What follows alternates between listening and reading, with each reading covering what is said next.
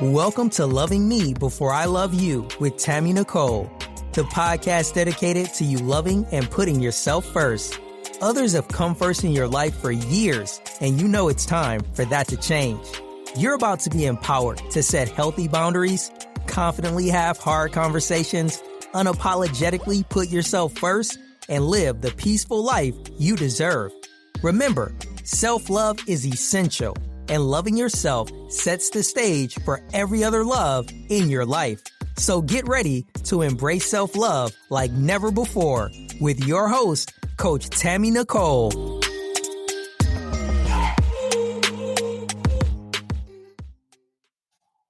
Hey family, it's Tuesday, and you know what that is. Transformation Tuesday over here at Loving Me Before I Love You. I am so excited. You guys, can you believe we have made it to the final episode of August? August has been teaching us a lot of things about fragments to wholeness. We talked about forging unbreakable bonds. We've talked about healing wounds of our childhood. And now we're about to talk about family as our first love. How do we cherish the unbreakable bond, even in dysfunction? So I have a guest, as I always do, and I'm excited to have her. Her name is Shantai. And she's going to come to you and we're going to have this real in-depth conversation about how we are able to love ourselves and our family members in dysfunction. And y'all know back in the day, and probably some of y'all still say it today, I can fight her, but you can't fight her. So if I'm fighting with my sister, that's cool. But nobody else say nothing to her. So I want to know, listen to me getting tongue tied. I want to welcome Shantai to the podcast, and y'all give her a good welcome. You know how we do around here. We have a lot of guests, and our guests become friends, and then they become family. That's how we work. So you might hear her again. But let's welcome Shantai to the group. Hey, girl. Hey, Tammy. Hey, family. How are you guys doing? How are you? I'm good. That's good. I'm so glad that you invited me for this topic. It's exciting, and it's something that I'm very passionate about as well. Awesome. So, tell the people a little bit about yourself before we get started. Well, I am a mom. I am an author and a life coach. I am a podcaster as well. That's about it. I just an artsy person.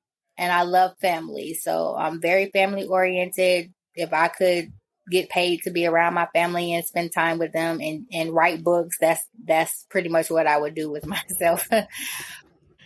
Well, that's good because not everybody like being around their family. They probably fight for them, but they don't always like being right. around them. So we're going to jump in because that's what we do. Can you start by sharing a little bit about your family background? Like, what are the dynamics? Like, how have that shaped your experiences in life? Like, tell us a little bit before we start asking them real questions. Okay. Okay. Well, I am the first daughter to my parents, first granddaughter to my grandparents.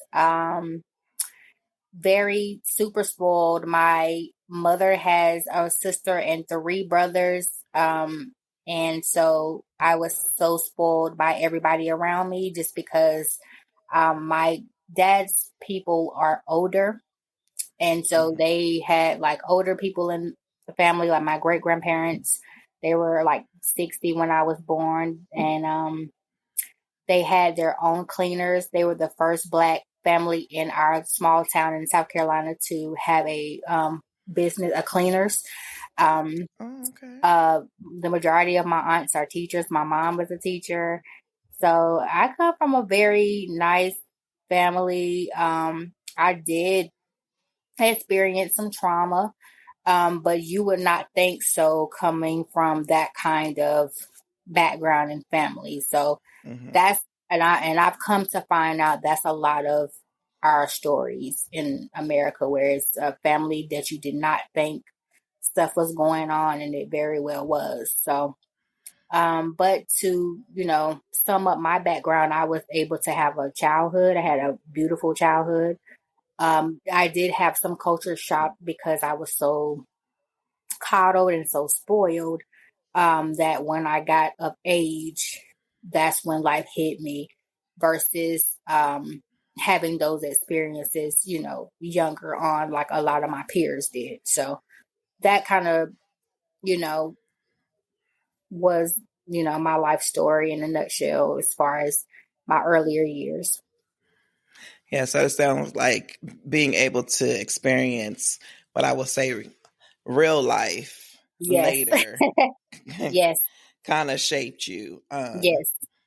a lot differently than I would say the average American from our type of culture. Like a child, typically, you have a lot of kids that are coming from single parent households, and they may be growing up a little faster because they're having to help around the house a lot younger, because mom is working 2 or 3 jobs just to make sure that they have a roof over their head and the things that they want and need. So being able to not have to embark upon early adulthood as a child probably shaped you quite differently than those that had to jump in the field real fast. Well, the ironic thing is that my mom was a single parent. My dad was around, but he was very abusive to her. And that's a way that I did experience adulthood, but I was told by a therapist that I see things through rose colored glasses and kind of romanticize them so that I could live on as a child. And so because I had this thing where I did not,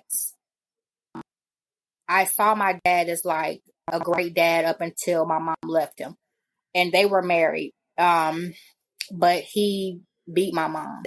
And, the therapist asked, well, why don't you, that's your mom was the only one working. She was the only one who was taking care of you in the household. Why don't you feel a way about how he was treating her? And I never thought about it like that. I always compartmentalized, like, he was terrible to her, but he wasn't that way to me.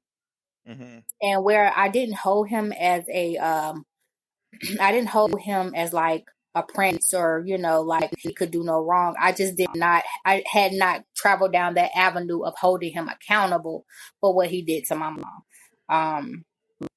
And that therapist kind of like opened my eyes to that, to say, hey, you need to hold him accountable because he was causing your, provider pain and your mother pain, and that's a part of you.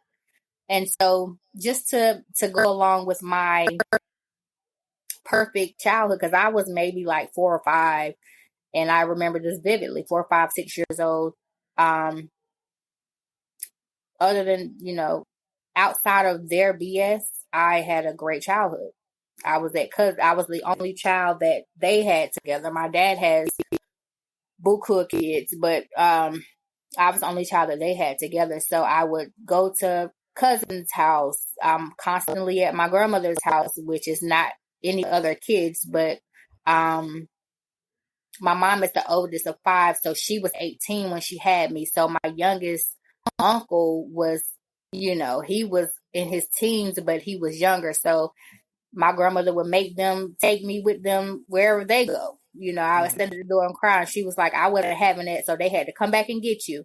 So, I was outside, so to speak. Like, I was able to play, do what kids do. I didn't have the responsibility of like worrying about what I had to eat or anything, but I did, I hated to go home alone with my mom because I knew what he was capable of. I mean, if he was angry about anything, then, it set him off. And it also made me fear for my mom's life. Like, I remember she worked late, and she was a waitress and she would work late. And if she told me like, hey, I'll be home at 10, and like 10 o'clock on the dot if she's not there, which of course we all know as adults now, if you get off at 10 and you're a waitress, you're not leaving at 10. You're not going to be home at 10. I would cry and just have these fits because where's my mom? And back then it's like not cell phones. This is the 80s. So it's like not cell phones. It's not nothing that she can call and say, I'm okay. So I really, really like if she was not in my eyesight, if she was not around me, I really, really feared for her life for a long time because of what he was doing to her behind closed doors. And I never shared that with as much as family as I was around. I never went to like my grandmother or anybody and said, hey, this is what's going on. So it was kind of it was like our, me and my mom's secret. Yeah. Cause I don't know. I don't think she went to any family either, Cause I'm pretty sure my uncles would have been like, yeah, I'm pretty sure right. Yeah. So yeah, it was, and to this day, like, cause when the therapist told me that was like 2 years ago, she was like, you just have this, like, you're just you're delulu about a lot of stuff in life. And I'm like, yeah, that tracks. But I mean, honestly, I do have a different perspective of it. Like I see your why, and I see like, how you're able to do that because of compartmentalizing the situation. It was more like he's doing that to her, he's not doing it to me. You know what I mean? And so you saw him in the different compartments. You saw him for yourself, and then you saw him for her. And it wasn't that it didn't affect you, but it was more like he did that to her. She should be mad and angry at him. She should be the one holding him accountable. Me holding him accountable for her seems out of place. Yeah. It seems out of place. It's like, I need to hold him accountable for me and what he does to me, for me. Oh, and I did. Because, it was, she left him when I was about 12 or 13. And then she had got in another relationship and had my sister. So my sister is 13 years younger than me. And my dad just kind of disappeared. And so that's when I started holding him accountable for myself. Like, you have children. I'm the oldest, but I have a brother who's a month younger than me. And you have children all around this world and you're not taking care. But back to like his origin story is my grandparents were very, very prestige professors, teachers and professors. And like my grandmother left South Carolina to go to Virginia and then go to Connecticut to teach. So they ended up in Connecticut. Well, like my grandmother was just this, even today, like if my aunt, because my dad's sister, she would post things about my grandparents. Both of them have passed on. And all of their students will come on a post and like, oh my God, they were the greatest teachers. Like we had field trips that we couldn't pay for. They would pay for them and stuff like that. So they were well off. My grandfather, he was part of the Masons. He was a part of the Masons chapter or whatever. And I've just been like deep diving into that. My boyfriend has been telling me about like the boule and like that kind of stuff. And I'm like, oh, so they had their own issues with like the lower class Black people and stuff. So it just kind of cracked my mind about like what kind of people that, because my grandfather died in like 97. So I was like in like 7th or 8th grade. So I didn't have a relationship with him. And also they were in Connecticut. I was in South Carolina. But they had money. And then my grandmother's parents, which were the two who had the cleaners, they had money because they had established their business in town. And that's who I spent a lot of time. I spent a lot of time at their house because my dad was just home. So he would drop me off at their house and go. And so I spent a lot of time with them. And my grandparents spoiled my dad. So to the point where like me and my sisters talk about this all the time. My dad's daughters, we talk about this all the time, how like they spoiled him so bad to the point where like he did not reach his potential in this earth because you were babied and coddled your whole life. Like They they would enabled not, him. they would not make him pay child support for me. They would not make him accountable for what he was doing. Anything that he wanted, he drove BMWs. He drove like, cause my grandfather was he loved BMWs, and my grandmother loved Corvettes. So to the day she died, she had like a yellow Corvette. This is an elderly woman still driving a Corvette. So nice houses. They had it. So I guess he felt like he had it because they had it, and I don't know the conversations of they had with him, but hearing stories about my grandfather and looking at my grandfather, I would assume like my grandfather was very hard on him. And then my dad would tell me stories about like how my granddad would get on him and stuff.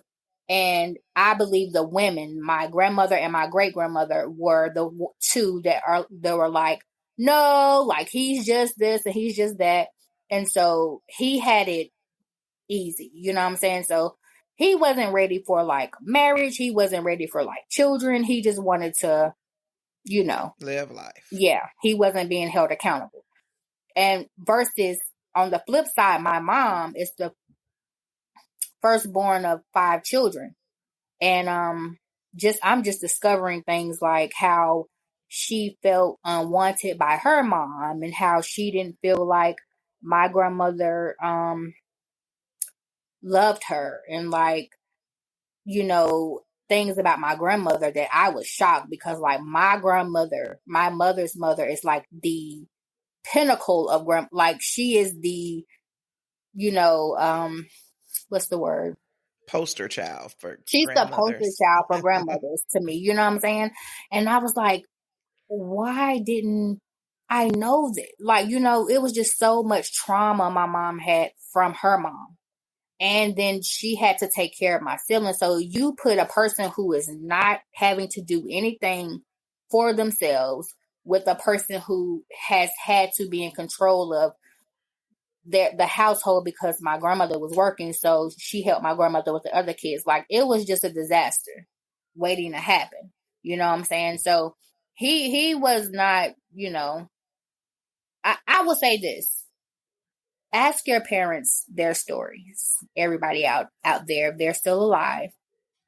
And I guarantee you will look at your parents with a lot more sympathy and empathy than you had before the conversation started. You will understand more about how they treated you and what they withstood through the years. I'll say that. Absolutely. Absolutely. I think that a lot of times we respond to people based upon our experience. Yes. And we do not consider theirs, right? So we're Absolutely. not considering what they went through or what they know.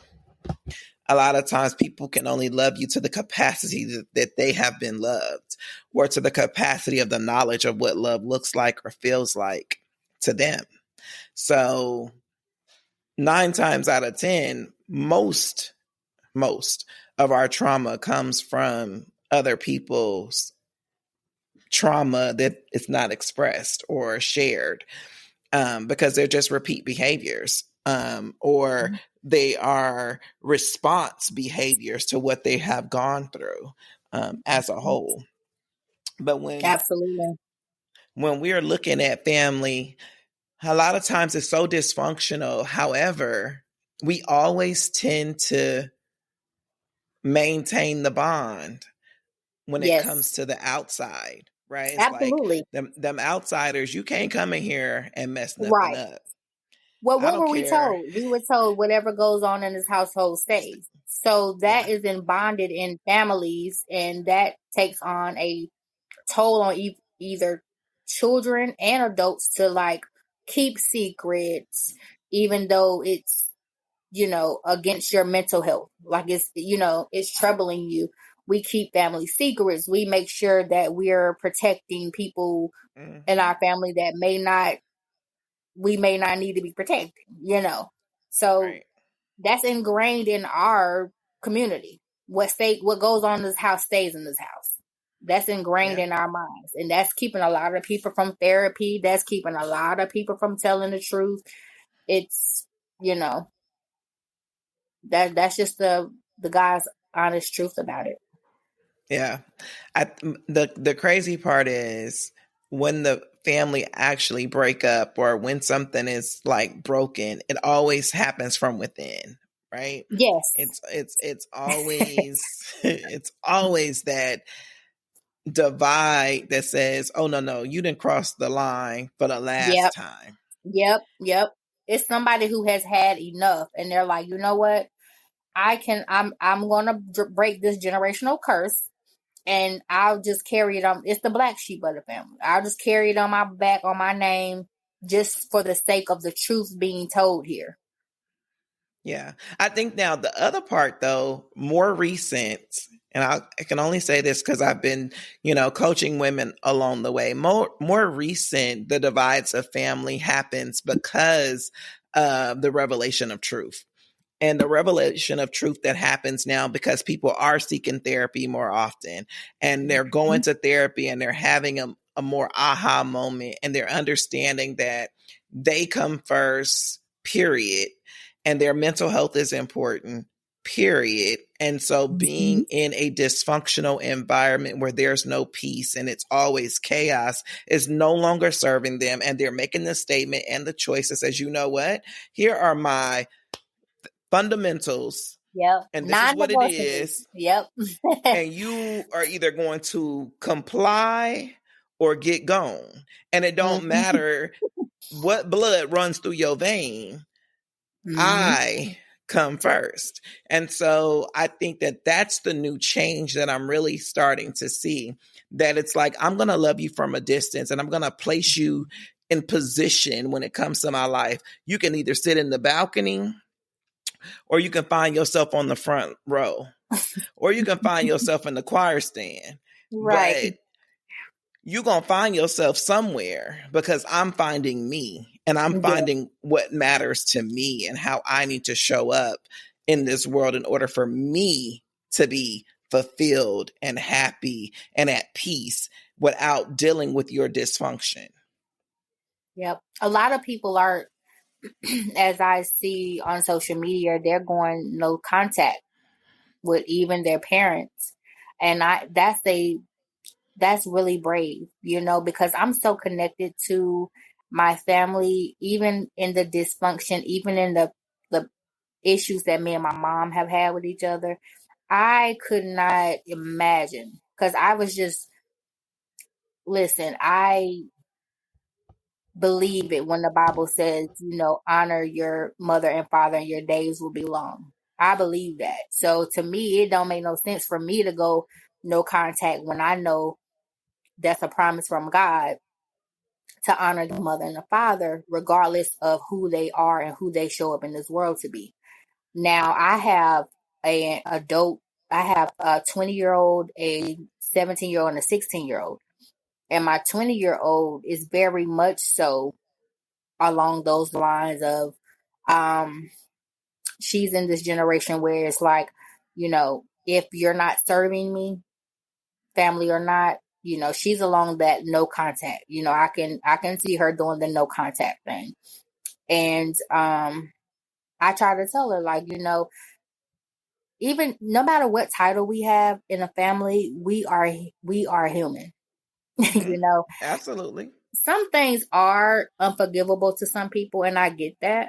But I feel like we have tough skin everywhere else. Why can't we have some kind of grace and tough skin when it comes to, family members to some extent? So I don't know how I feel about the no contact, but I do see that that's a popular thing nowadays that people are practicing. Mm-hmm.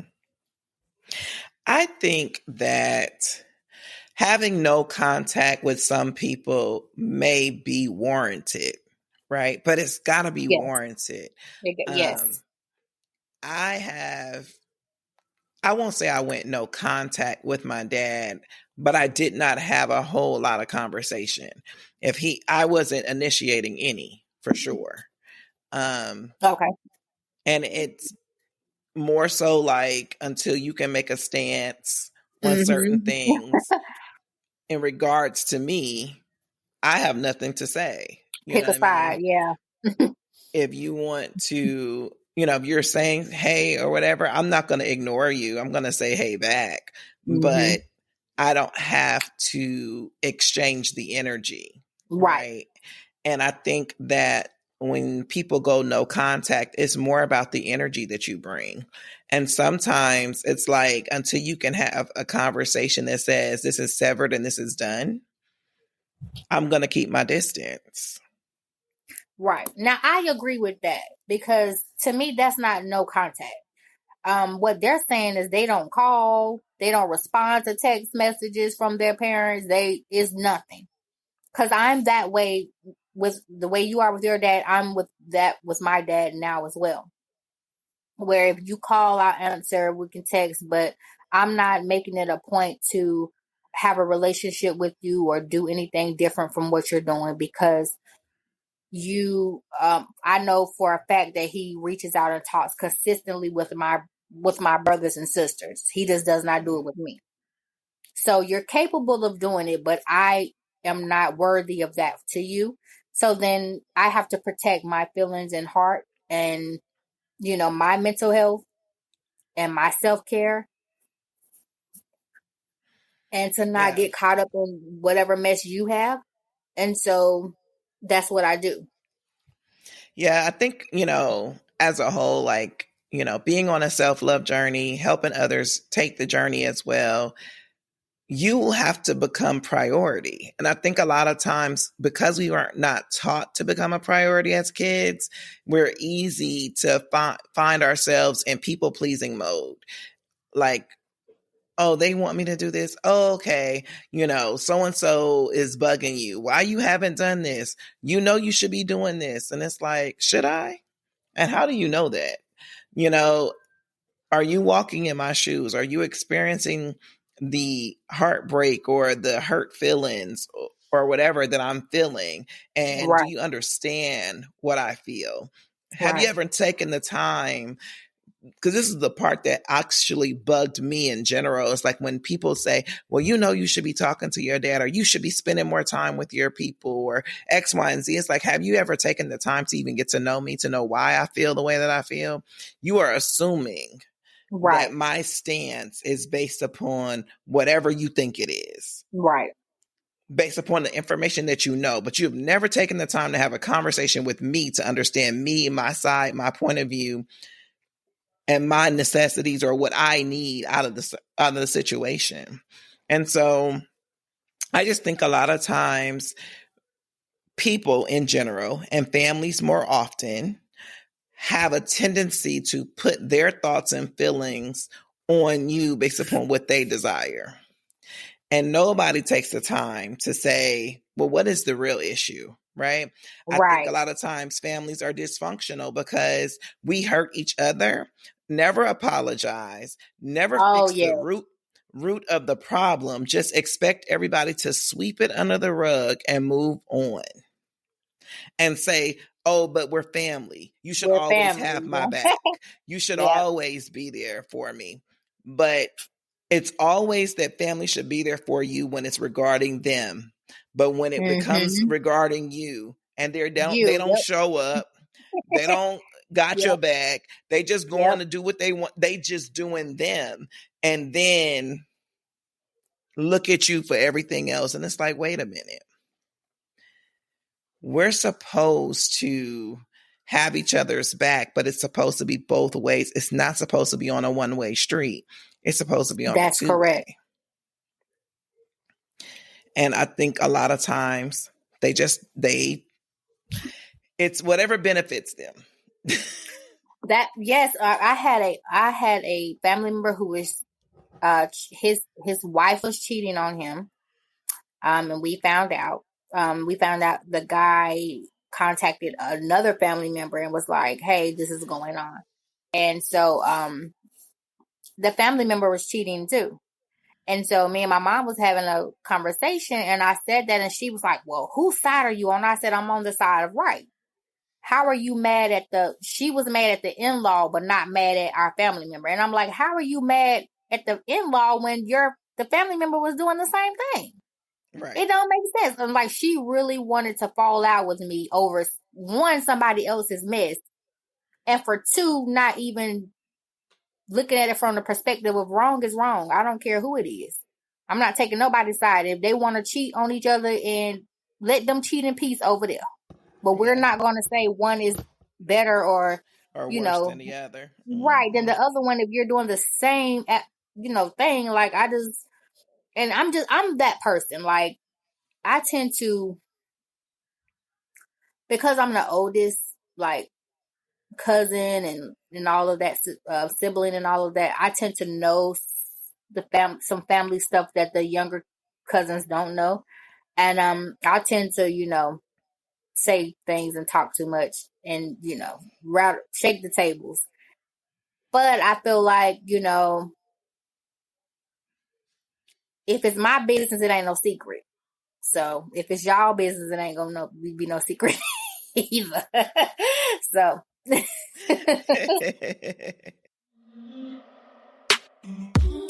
Hey, hope you're feeling the love in today's episode. We'll pick back up where we left off in a moment. First, we're excited to share that Tammy has a collection of self-love t-shirts, hoodies, mugs, and journals for you to express how much you love yourself to the world. From comfy hoodies to motivational mugs, there's something for everyone. While you're listening to today's show, feel free to browse the full collection at IamTammyNicole.com. Thank you, and without further ado, let's get back into today's show.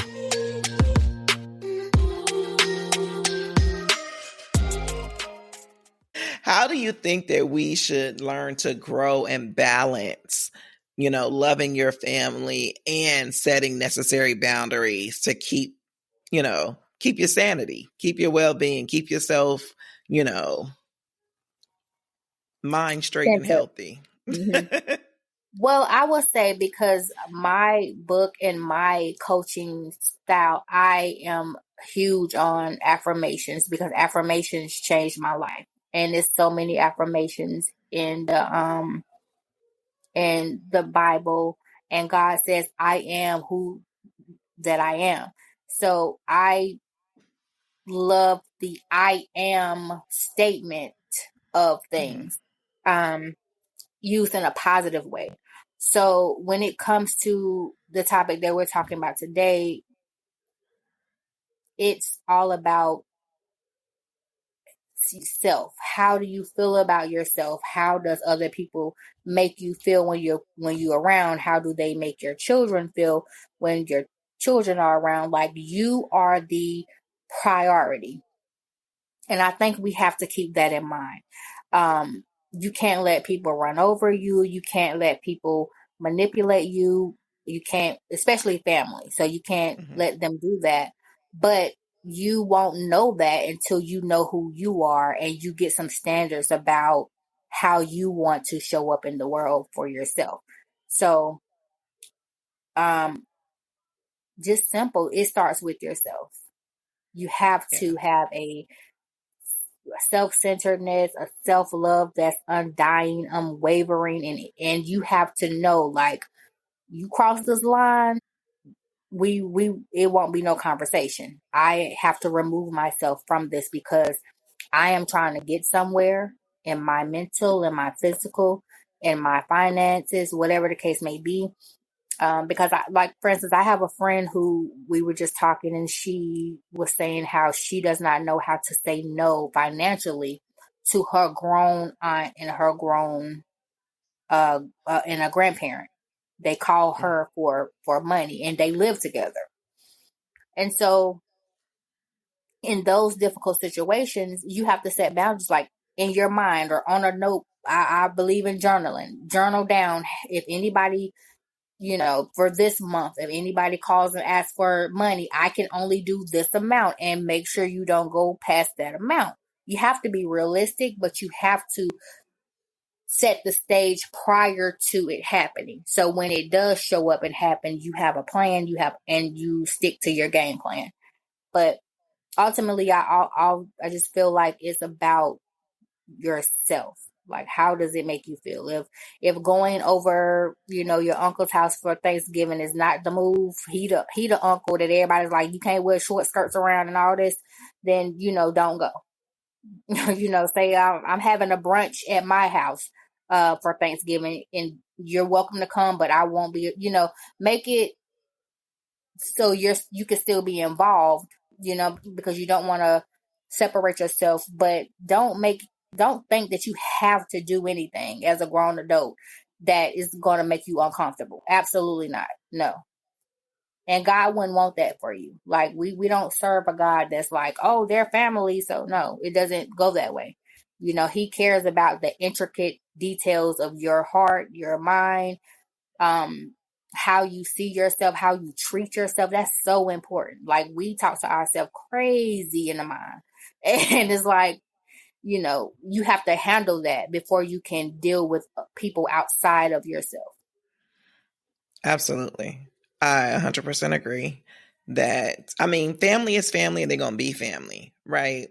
So right. Even in the dysfunction, you can say, oh, I'm going to have my family's back or what have you. I just say, in everything you do with love, right? God values people. God values relationships. Absolutely. However, at the same time, he also gave you your right mind to make decisions that are best for you, that make you feel at peace and make you feel whole. So I agree. Set the boundaries. And boundaries without consequences are no boundaries. They're just words. Right. So when you're setting these boundaries, make realistic consequences. And when people break them, implement the consequence. Don't just say, oh, I'll give you another chance. No, that wasn't a boundary then. If you didn't have a consequence with it, it wasn't a boundary. So definitely set your boundary. Journal. Like you mentioned, I'm a big journaler. I think that if you write stuff down, you can kind of see where you start and see where you go. Mm-hmm. You can reflect on things. You can see patterns. You can see triggers and things of that nature. Because a lot of times we're autopilot because we're human.